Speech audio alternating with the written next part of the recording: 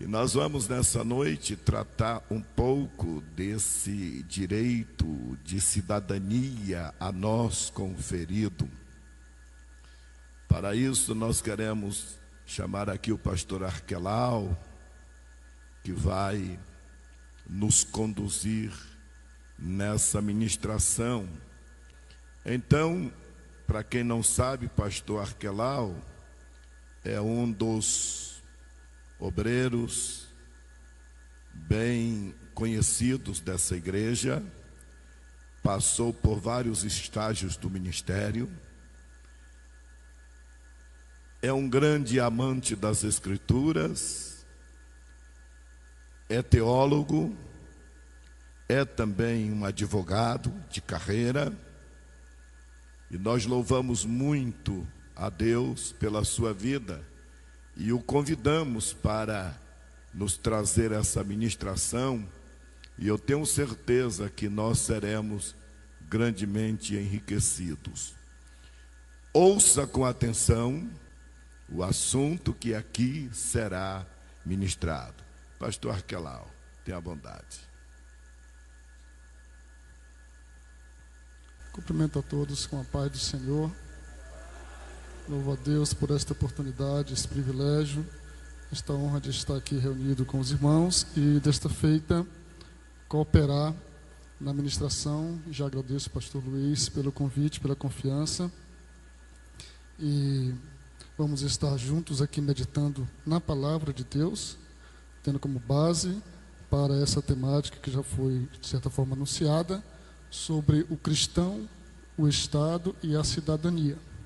E eu quero convidá-lo a abrir a sua Bíblia, inicialmente, na Epístola de Paulo aos Romanos. Paulo aos Romanos, capítulo 13. É um texto geralmente utilizado, além de outros, como o pastor Davi já leu, o pastor Luiz leu agora há pouco, também 1 Pedro capítulo 2, são alguns textos que são geralmente utilizados para tratar sobre este assunto no contexto bíblico. Romanos capítulo 13, versículos 1 a 7. Acompanhe na sua Bíblia, leia juntamente comigo. Toda alma esteja sujeita às autoridades superiores, porque não há autoridade que não venha de Deus, e as autoridades que há foram ordenadas por Deus. Por isso, quem resiste à autoridade, resiste à ordenação de Deus. E os que resistem trarão sobre si mesmos a condenação. Porque os magistrados não são terror para as boas obras, mas para as más. Queres tu, pois, não temer a autoridade? Faze o bem e terás louvor dela, porque ela é ministro de Deus para teu bem. Mas se fizeres o mal, teme, pois não traz debalde a espada, porque é ministro de Deus e vingador para castigar o que faz o mal. Portanto, é necessário que lhe estejais sujeitos, não somente pelo castigo, mas também pela consciência. Por esta razão, também pagais tributos, porque são ministros de Deus, atendendo sempre a isto mesmo. Portanto, dai a cada um o que deveis: a quem tributo, tributo; a quem imposto, imposto; a quem temor, temor; a quem honra, honra. Glória a Deus. Poder sentar. Muito obrigado pela participação, inclusive da leitura. Estamos diante de um texto bíblico bem conhecido, em que Paulo trata com os seus destinatários, os irmãos da igreja em Roma, e ele trata sobre a submissão às autoridades. E é bom sempre destacar que esta carta foi escrita para cristãos que moravam na capital do império, moravam em Roma. Nós temos uma tendência, às vezes, de imaginar que foi uma carta escrita para toda a sociedade romana. Nesse tempo, a igreja não era tão bem aceita, evidentemente, já era, inclusive, perseguida. Mas Paulo escreve para os irmãos que moravam em Roma. irmãos que viviam mais de perto já as opressões dos imperadores romanos e de toda aquela corja que, de certa forma, tentava dificultar e tentaram, de certa forma, calar totalmente o Evangelho. Mas nós conhecemos um pouco da história da igreja e sabemos que a igreja foi triunfante. E, como já mencionei, o tema desse estudo, desta reflexão, é o cristão, o Estado e a cidadania. E eu quero fazer uma citação aqui, antes, de Dietrich Bonhoeffer, acho que é assim que se fala o nome desse teólogo e filósofo também, que ele escreveu o seguinte: a obrigação que o cristão tem de obedecer é válida até que o governo o obrigue a pecar contra os mandamentos divinos.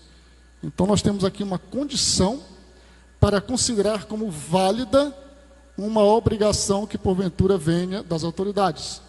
Ela é válida, ela pode até ser legítima, no sentido de ser legal, de ser positivada, mas ela deixa de ser válida para o cristão a partir do momento em que esta obrigação leva o crente a pecar contra os mandamentos divinos. E aí nós temos que sempre nos lembrar de Pedro e João, quando foram, inclusive, açoitados pelos doutores, pelo clero, né, da época, pelo sacerdote, depois estiveram diante do sinédrio, e eles achavam que iam convencer Pedro e João a parar de pregar o evangelho. Eles não sabiam o que tinha pela frente ainda, nem imaginavam do que aqueles homens de Deus eram capazes. E aí tentaram negociar para soltá-los, desde que eles parassem de pregar o evangelho. E eles não pensaram duas vezes, disseram: mais importa obedecer a Deus do que aos homens. Então, no momento que uma ordem ela quer levar o cristão a confrontar a palavra de Deus, ela deixa de ser legítima para o cristão. Então ela deixa de ser obrigatória. E aí cabe aquela máxima, né, de que ordem absurda não se cumpre.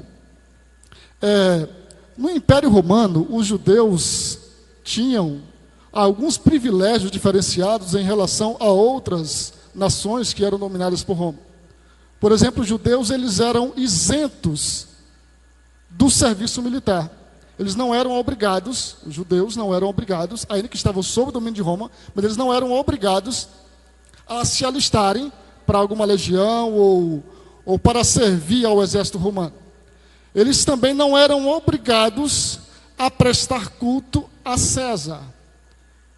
Devido aos seus princípios religiosos, eles acharam graça, vamos dizer assim, diante do Império Romano, e eles não eram obrigados a prestar culto a César. Estou falando dos judeus, não dos cristãos ainda, os judeus. E eles também tinham alguns privilégios, como, por exemplo, eles não eram obrigados a trabalhar ao sábado. Eles poderiam livremente seguir a sua lei, que impedia que eles trabalhassem ao sábado, e ainda que eles não tinham mais autonomia, porque eles eram vassalos de Roma, vamos dizer assim, mas eles tinham alguns privilégios, como esse que eu acabei de mencionar. Só que ainda assim eles odiavam Roma. E vez por outra eles faziam levante contra Roma, e até que no ano 70, depois de Cristo, da nossa era já, essas revoltas culminaram com a invasão de Jerusalém por Roma, e eles foram massacrados. Nós conhecemos um pouco sobre isso. Foi inclusive anunciado por Jesus, pertinho da sua morte, que isso aconteceria em Jerusalém. E foi exatamente para esses cristãos que moravam em Roma, cristãos que em sua maioria eram judeus, que Paulo escreveu essa epístola. O imperador romano, para os irmãos terem uma ideia, ele se auto-intitulava como Augustus. O primeiro a fazer isso foi o primeiro César, né, Otaviano. Então ele foi acumulando alguns títulos, dentre eles o título de Augustus, que significa divino. Então ele arrogava para si a obrigação de todo o império adorá-lo pelo menos uma vez ao ano, prestar-lhe culto. E é lógico, os judeus eram isentos disso, mas os cristãos não alcançaram essa graça. Os cristãos eles não tiveram esse direito de não adorar César. É por isso que na história da igreja, na história primitiva sobretudo, eles vão ser martirizados, em especial não porque adorassem a Deus, mas porque eles recusavam-se a adorar também a César. E aí Paulo vai escrever aos Romanos, e curiosamente, vai dar-lhes como mandamento que eles devem se sujeitar às autoridades, como tendo sido constituídas por Deus. Mas aí nós acabamos de ver essa ressalva. Esta obediência é até o ponto em que ela não confronta com os princípios cristãos. É tanto que os irmãos da igreja primitiva, quando eles eram levados a querer negar Jesus, ou ter que negar Jesus, eles não abriam mão. Então, nós vamos agora entrar na nossa apresentação. No capítulo 13 de Romanos, o apóstolo Paulo apresenta o mandamento e as razões para que o cristão se submeta às autoridades como potestades ou poderes constituídos por Deus. E é assim que ele escreve: toda alma esteja sujeita às autoridades superiores, porque não há autoridade que não venha de Deus, e as autoridades que há foram ordenadas por Deus. E nós temos pelo menos 5 razões que Paulo dá para que os irmãos, para que a igreja obedeça a essas autoridades. Primeiro, essas autoridades fazem parte da estrutura estabelecida por Deus, necessária para a organização de uma sociedade ou Estado. Não se trata da pessoa como sendo superior, mas da função da qual ela está investida. Então, quando ele fala de autoridade que foi constituída por Deus, ele não está falando especificamente da pessoa que exerce aquela autoridade, mas a autoridade que está sobre aquela pessoa. Então, a autoridade é necessária para que uma sociedade consiga sobreviver. Como seria se não tivéssemos autoridades? Se não tivéssemos leis? Se não tivéssemos regras? Seria uma anarquia. Seria uma sociedade que não existiria há muito tempo. Então as autoridades, elas são necessárias para que a sociedade sobreviva e tenha uma estrutura adequada. Em segundo lugar, toda autoridade humana procede de Deus. É uma autoridade derivada. Logo, cada pessoa que exerce essa autoridade prestará conta de Deus, prestará conta diante de Deus, de como chegou ao poder e o que fez com esse poder. E aí já é interessante para a gente. Quando uma autoridade chega ao poder de forma espúria, de forma, vamos dizer assim, de forma ilegal, ela vai prestar conta diante de Deus. Se a palavra de Deus fala que toda autoridade é constituída por Deus, logo ela é uma autoridade secundária. A autoridade primária é o próprio Deus. Então esta autoridade secundária, ela prestará contas diante de Deus de como ela chegou àquela posição e o que ela fez com aquilo. Então, se alguém tem autoridade, essa pessoa também terá cobrança, porque a responsabilidade que ela tem é de reproduzir aquilo que Deus confiou a ela. Em terceiro lugar, quem se opõe à autoridade está se opondo a Deus, que é a autoridade primária. Por isso, deve-se respeitar e honrar as autoridades. E em 1 Pedro capítulo 2, versículo 13, o apóstolo escreve que esta obediência, ela é por causa do Senhor. Nós obedecemos a uma autoridade por causa do Senhor. Quando Jesus estava sendo julgado por Pilatos, ele deixou isso bem claro para o próprio Pilatos.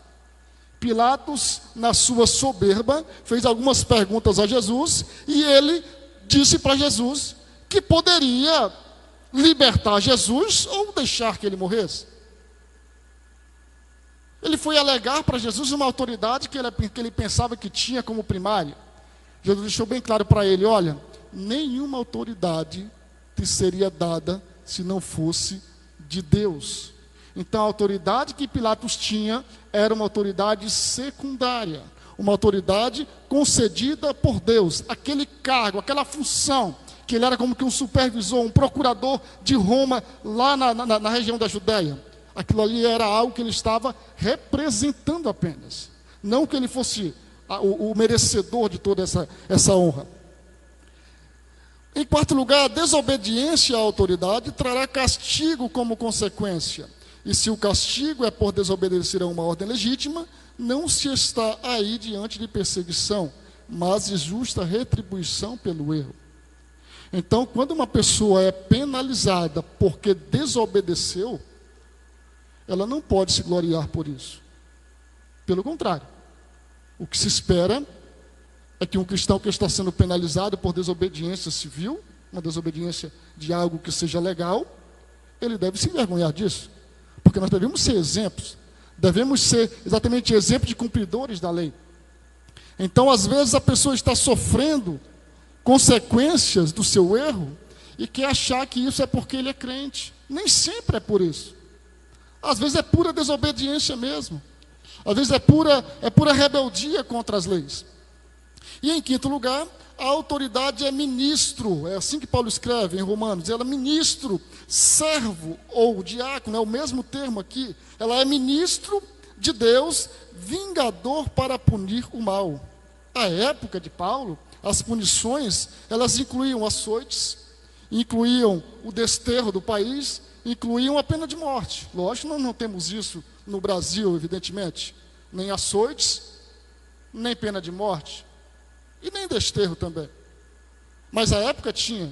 E Paulo está dizendo que a autoridade, ela era instrumento de Deus, ministro, servo de Deus, para punir o desobediente. É tanto que Paulo fala de espada. Né? Paulo fala de espada. Então, ele chama de ministro a serviço de Deus. E ele diz que se a pessoa for obediente às leis, ela vai ser louvada pela autoridade.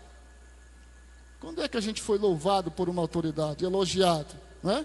Oxalá isso acontecesse, que nós sempre merecêssemos e que eles também pagassem devidamente quando a gente mereceu um elogio, né? Infelizmente isso não acontece. A gente não vê reconhecimento público pelo trabalho que a igreja faz, por exemplo, pelos resultados que a evangelização traz para a sociedade. Deveriam elogiar. É bíblico, deveriam elogiar. Mas, por outro lado, ela é ministro de Deus para castigar o que faz o mal. Então, Paulo diz que não é debalde, não é por acaso, não é de graça, que a autoridade traz a espada. E na época era espada mesmo, era espadada mesmo. Né? Então, se a pessoa desobedecesse a lei, ela era punida, às vezes publicamente. Existem países que isso acontece. A gente vê, às vezes, em documentários, na Índia, por exemplo, em outros países, em que os policiais, a força policial, desce a pé no meio da rua mesmo para quem está desobedecendo. Né? Cada país com suas leis, com suas regras. Aqui não tem isso, não é? Graças a Deus. Mas a desobediência pode acarretar outras coisas. Pode acarretar multa? Pode acarretar multa. Já pensou você pagar uma multa porque desobedeceu? Porque esqueceu de ir para uma audiência? Como aconteceu comigo uma vez. Quando eu era policial militar, eu fui convidado, não foi intimado, para participar de uma audiência, de uma prisão que eu tinha feito. E eu coloquei a intimação dentro da bolsa e fui lembrar no outro serviço. Tinha sido no dia anterior à audiência. E aí, quando eu fui depois para a audiência que foi remarcada, aí o juiz olhou e disse: você faltou a audiência passada, não foi? E, doutor, eu não tenho como eu lhe dizer outra coisa, eu esqueci. Não vou dizer que eu estava doente, eu esqueci, não é costume eu vir para a audiência, né? E aí disse: então, aí olhou o promotor, o que você acha? Não, tem que punir. Tem, porque está sempre acontecendo, de vez em quando alguém esquece a audiência, aí eu fui o escolhido para pagar pelos demais, né? Irmãos, para resumir, eu saí de lá com uma multa de 1/4 do salário mínimo. Foi a ocorrência que saiu mais cara para mim, né? Não foi por maldade da minha parte, eu esqueci, mas foi punido com valores, que faz falta para o trabalhador, né? Então, existem punições quando se desobedece ou até mesmo quando se esquece de obedecer a uma ordem legal. Obviamente, a palavra de Deus está tratando aqui de valores deontológicos, ou seja, do dever ser. É o que se espera e o que deve acontecer com a autoridade. Ela deve ser o quê? Ela deve elogiar quem cumpre a lei e punir quem não cumpre. Mas, infelizmente, isso nem sempre acontece. E aí o limite vem quando esta ordem é absurda, e o cristão não é obrigado a segui-la, evidentemente. Né? Foi o que aconteceu, por exemplo, com as parteiras egípcias, que receberam a ordem de Faraó para matar os meninos machos que nascessem aos hebreus. E elas viram que era uma ordem absurda. Matar os bichinhos, acabaram de nascer. Né? Matar uma criança. Infelizmente e assustadoramente, existe Quem defenda a morte de crianças, aborto e tanta coisa mais, não é? Espero que nenhum de nós tenha esse entendimento aqui, mas aquelas parteiras, elas foram justas, parteiras egípcias, e elas, não posso obedecer uma ordem absurda dessa, e elas não mataram as crianças. E diz a Bíblia que Deus constituiu-lhes casa, Deus abençoou as famílias delas, porque elas não obedeceram a ordem absurda. Um outro exemplo também é a irmã Raabe, sempre mencionada como a prostituta Raabe, que ela foi inquirida pelo rei de Jericó, mas ela preferiu acreditar naqueles 2 espias e no Deus deles. A fé dela foi tamanha que ela preferiu obedecer, no sentido de proteger os 2 espias, do que obedecer ao seu rei. E nós sabemos do resultado, e é tão maravilhoso que ela figura na galeria dos heróis da fé, lá no livro de Hebreus capítulo 11, pela sua fé e por ter sido destemida em proteger os 2 espias. O apóstolo Pedro e João também, já mencionamos, eles falaram exatamente isso aí, o mais importa obedecer a Deus do que aos homens. Então, esse deve ser o posicionamento cristão de modo geral, obedecer a Deus do que aos homens, quando for preciso decidir. Em segundo lugar, nós temos aqui uma cosmovisão cristã sobre política. A palavra político, ela está bem sucateada, diríamos assim, né? Devido ao histórico de corrupções, sobretudo no nosso país. E isso, infelizmente, leva muita gente às vezes por desconhecimento, a concluir que tudo que é política é negativo. Achar que se tiver política no meio, então pronto, é até pecado, né? Eu costumo dizer que antigamente, eu lembro quando era menino, adolescente ainda, que tinha gente que dizia, olha, política e polícia não é coisa para crente. Não é para crente, né? Acho que porque o nome parecia também, né? E aí colocavam tudo na mesma vasilha. Mas essa ideia de que política não é coisa para crente, isso é totalmente equivocada. Porque nós somos essencialmente seres políticos. Não estou falando de partido político, estou falando de política na essência. Nós somos seres sociáveis, nós vivemos em sociedade. Nós negociamos no dia a dia, negociamos em casa, negociamos no trabalho, no melhor sentido possível. Nós somos pessoas que convivemos na cidade. Daí vem o termo política, de polis. Então, política é algo que está entranhado na gente, faz parte do ser humano. A política faz parte da vida em sociedade. Como o cristão não vive isolado de sua comunidade, ele deve ter uma consciência política saudável, sendo sal da terra e luz neste mundo tenebroso e corrompido, tão carente de Deus e de bons políticos, de pessoas que sejam íntegras, e isso é possível. Pessoas perfeitas sabemos que não tem, mas pessoas que sejam o mais íntegro que é possível para um ser humano, sobretudo quando está à frente de um cargo público. Então, a política, ela é a arte de governar, e se deriva da expressão grega polis, como já mencionamos, que significa cidade. No presente estudo, temos a oportunidade de compreender um pouco mais sobre esse tema. E vamos ver aqui algumas perguntas que pretendemos responder no decorrer desta explanação. Qual o limite entre a cidadania celestial e a cidadania terrena? Aqui, considerando que somos duplamente cidadãos, somos cidadãos do céu, como quem vai morar no céu, pela fé temos essa esperança, como também somos cidadãos terrenos, inclusive detentores de direitos e deveres, assim como cidadãos celestes também temos. Como conciliar fé e a atuação política? Deve o cristão envolver-se com política?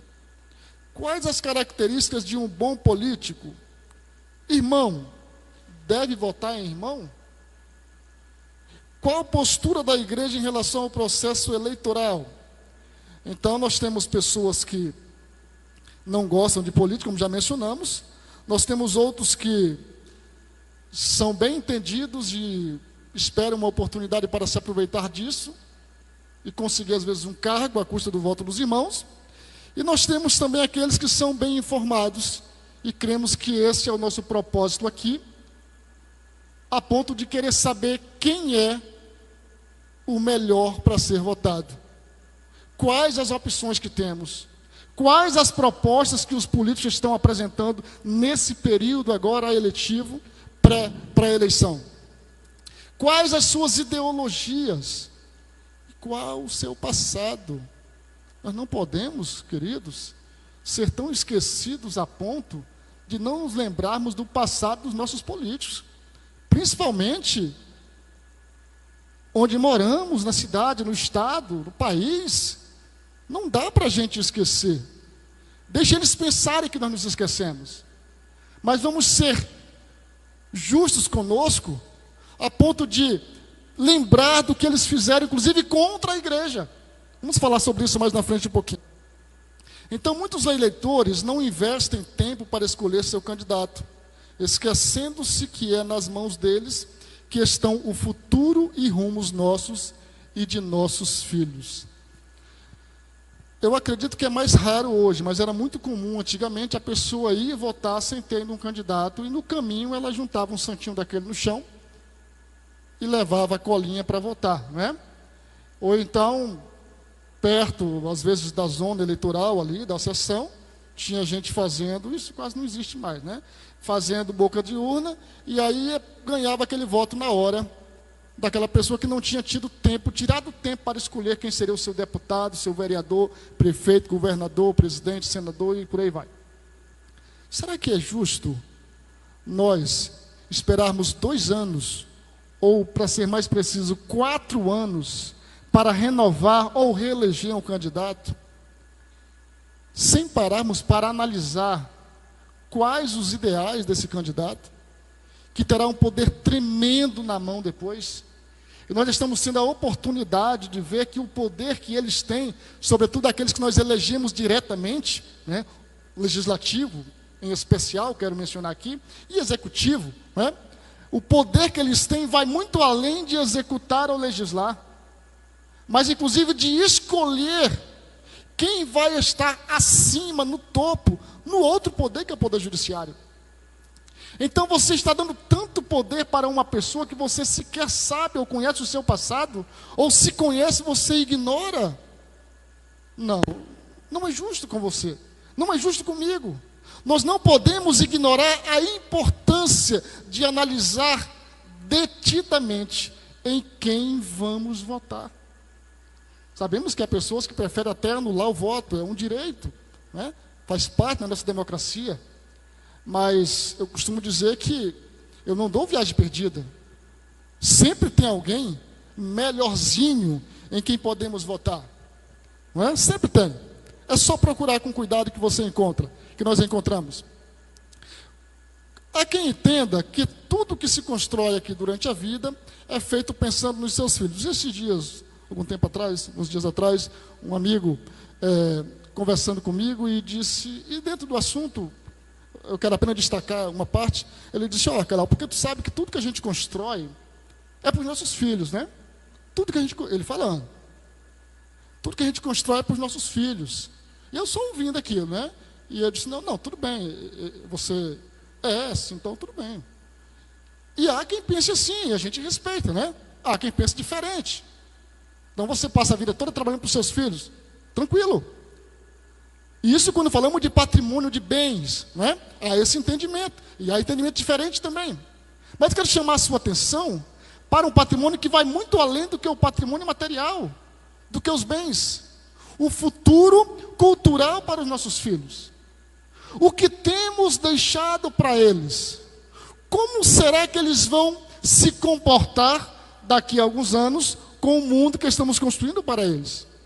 Que tipo de políticos estamos elegendo, de legisladores que estamos elegendo, para fazer as leis que vamos deixar para os nossos filhos? E a gente já vive, irmãos, em nossos dias, uma dificuldade muito grande, sobretudo em relação à integração dos nossos jovens na universidade.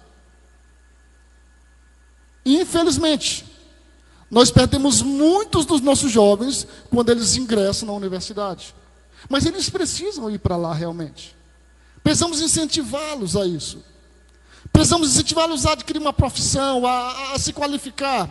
Mas, infelizmente, quando eles chegam lá, Eles se deparam com uma realidade para a qual eles não estão preparados. Eles se deparam com ideologias que às vezes é até novidade para eles. E ficam fascinados com aquilo. E aí a primeira coisa que eles fazem é abrir mão da sua fé. Negam a fé em Cristo. E infelizmente, há educadores que deveriam de fato educar suas matérias. Mas eles se aproveitam daqueles jovens imaturos que estão ali atentos para ouvi-los. E em vez de ensinarem a matéria deles, eles vão mexer naquela fé. Eles vão mexer na crença daqueles jovens. E infelizmente, muitos deles naufragam no primeiro semestre da faculdade. E em parte, essas ideologias foram construídas de forma pensada. As coisas foram sendo concedidas, as concessões foram acontecendo. E de repente, nós precisamos analisar bem isso aí. Porque quem faz as leis, quem traça as políticas públicas, quem planeja tudo, precisa ser escolhido de forma inteligente por nós. Porque é muito triste você criar um filho, criar uma criança, um filho e uma filha, e aí quando ele chega um pouquinho numa idade, às vezes nem precisa chegar na faculdade, irmãos. Às vezes no ensino fundamental mesmo e médio, os professores já estão colocando na mente deles ideologias que são totalmente contrárias à palavra de Deus. E infelizmente, isso foi sendo construído nas últimas décadas de forma planejada para prejudicar, para tentar frear a Igreja de Cristo. Uma citação bíblica aqui em Eclesiastes capítulo 3, versículos 16 e 18, e eu vou ler aqui na tradução A Mensagem, que diz assim: voltei a pensar no mundo à minha volta, e olhe só o que vi, a política, só corrupção, a justiça, mais corrupção. Eu disse a mim mesmo, Deus julgará o justo e o injusto. A hora para tudo, não há como evitar. Então refleti, Deus está nos testando, mostrando que não somos melhores que os animais. Quando lemos um texto bíblico, às vezes numa tradução diferenciada como esta, a gente percebe a clareza da mensagem, e aqui escrita por Salomão, mais de 3.000 anos atrás, né? Quase 3.000 anos atrás, por aí assim. E ele fala exatamente que a política, só corrupção, a justiça, mais corrupção. E o que nós como igreja podemos fazer para temperar esse mundo como o sal da terra que somos, ou que devemos ser. Terceiro lugar, nós temos aqui alguns exemplos bíblicos de atuação na política. E queremos citar aqui Abraão, que com seus 318, ele conseguiu reverter o resultado de uma batalha perdida por vários reis e libertou seu sobrinho Ló. Temos também um exemplo negativo, que é o de Ló, sobrinho de Abraão, que não conseguiu impactar, não conseguiu influenciar a cidade de Sodoma onde ele morava. Pelo contrário, a sua família foi influenciada, a ponto de a sua esposa, mesmo vendo a situação daquela cidade, mesmo sendo tirada pelo anjo, ela sentiu saudades daquele lugar. E nós sabemos da história. E as suas duas filhas terem levado com elas práticas que certamente viam em Sodoma, que é o incesto. Infelizmente, Ló não conseguiu influenciar o lugar onde ele morava. Mas nós temos também José do Egito, como conhecemos, né? Que governou o Egito e se tornou salvador do povo, incluindo toda a sua família. José tinha convicção da sua fé.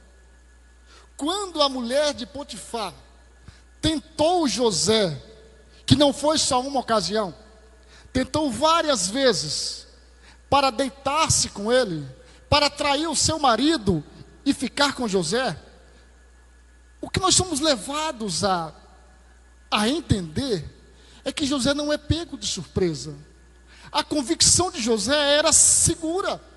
Ele sabia muito bem em quem ele cria, mesmo estando em um país estranho e estando numa condição de escravo. Porque José não pensou duas vezes. Ele não negociou, ele não fez concessões.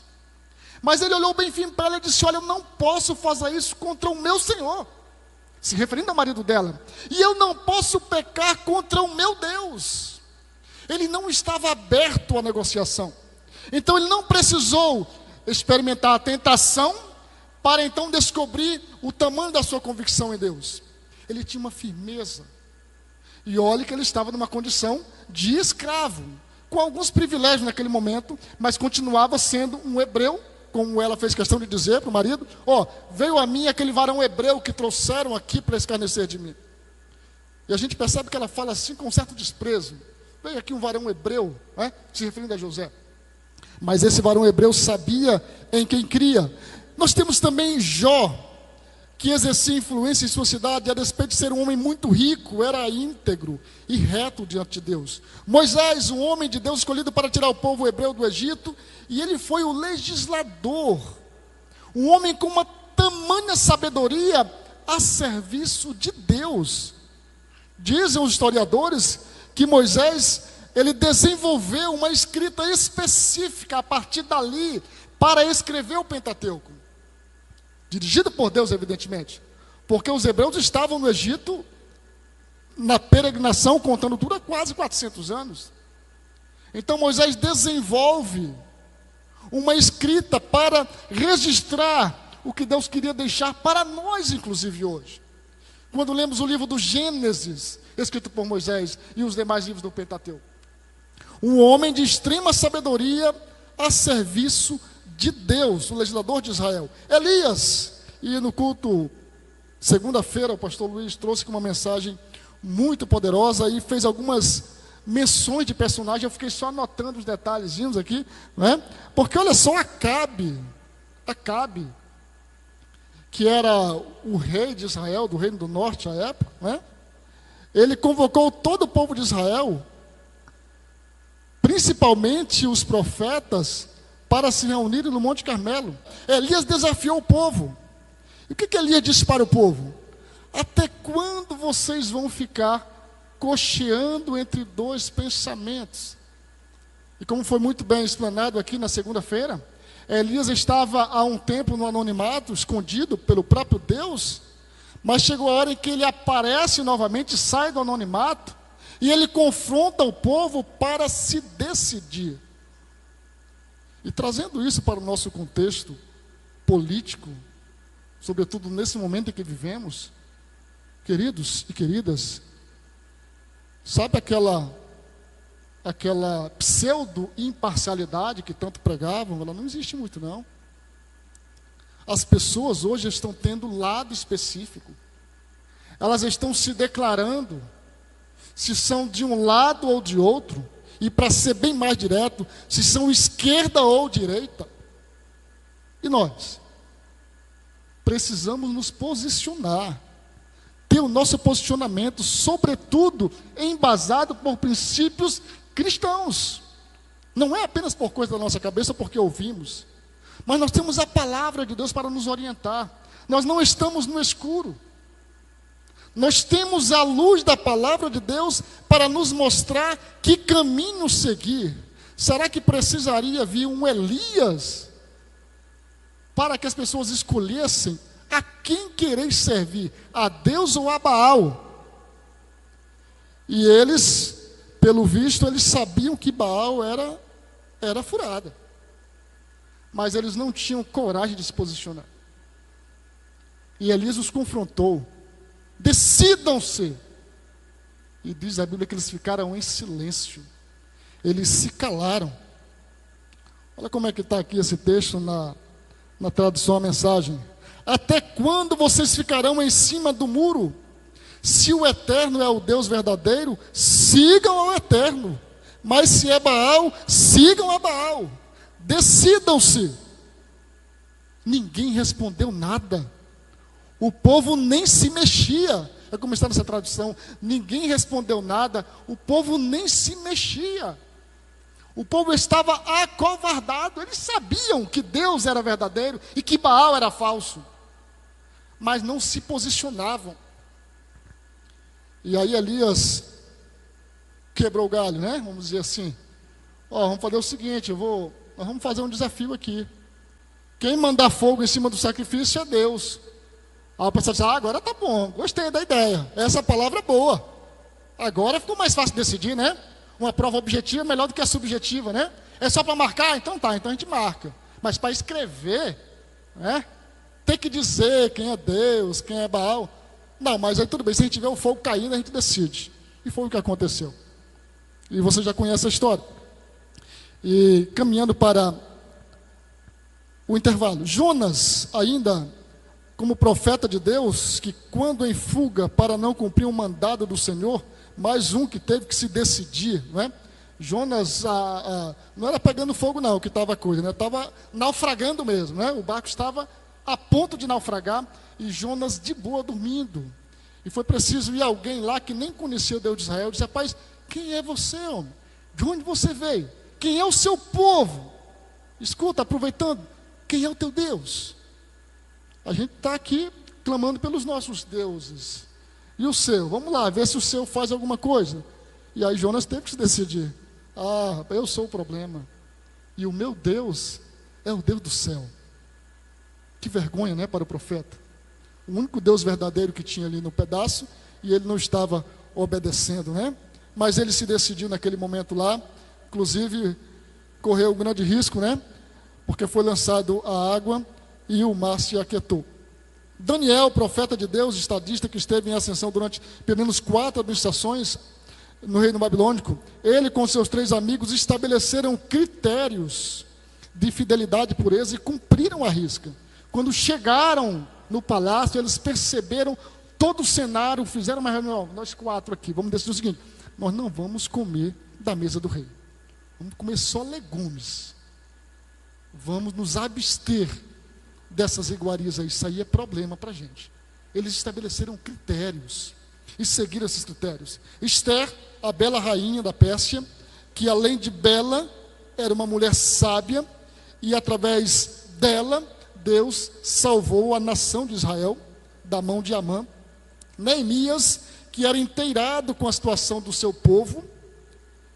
Estevão, no Novo Testamento, Estevão, diácono, cheio do Espírito Santo, que experimentou o martírio por confrontar de frente os religiosos judaicos.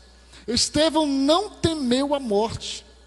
Ele confrontou os seus algozes, pregando a palavra de Deus. Eu costumo dizer que é o sermão, talvez o mais bonito da Bíblia, tirando os de Jesus, que é o nosso mestre por excelência.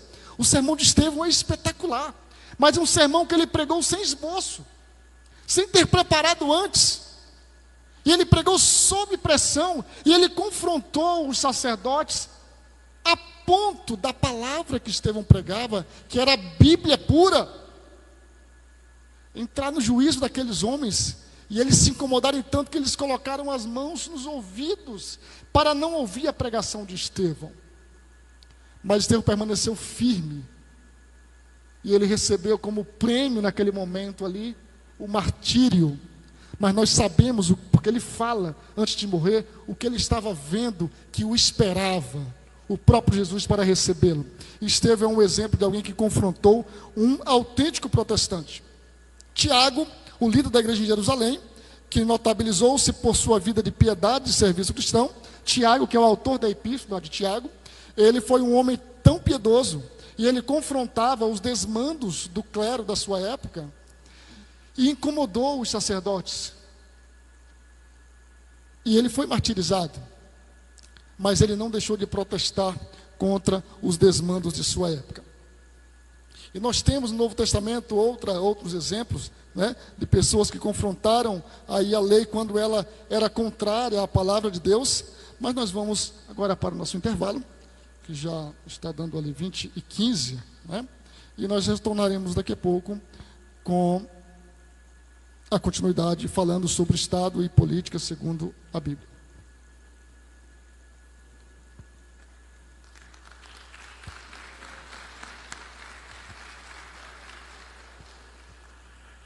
Bênção do céu, irmãos. Nós iremos ao intervalo e na volta nós temos a nossa lista de chamada, que será apresentada só na volta do intervalo.